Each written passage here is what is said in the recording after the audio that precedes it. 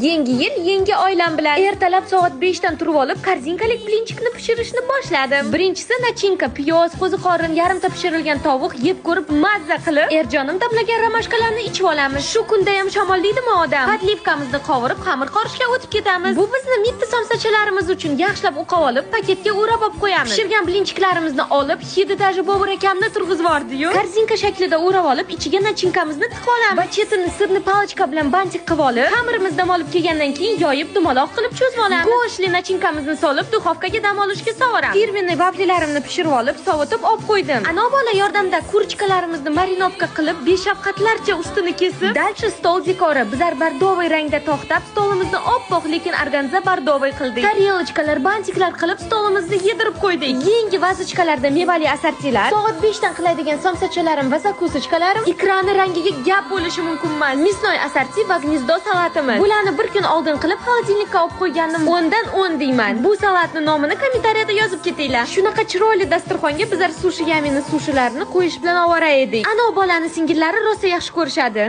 Oyijonim uchun Strawberry House dan podarочный set qildim. Tadam! Yangi yil kutib olishga tayyormiz. Kirib kelayotgan 2026-yil bilan hammani tabriklayman. Baxtli, omadli va charchoqsiz o'tsin.